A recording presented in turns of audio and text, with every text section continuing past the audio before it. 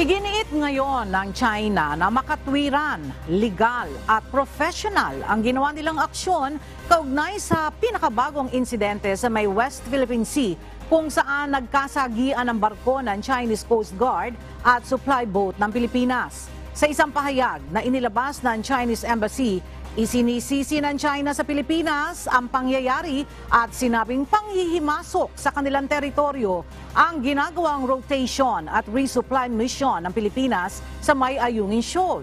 Giit ng mga ito, paglabag sa Declaration on the Conduct of Parties sa South China Sea ang ginagawa ng Pilipinas. Nanindigan ang China na dapat nang itigil ang umunoy paglabag ng Pilipinas sa pinagtatalunang teritoryo at iginiit na patuloy nilang poproteksyonan ang kanilang karapatan alinsunod sa kanilang national sovereignty at maritime rights.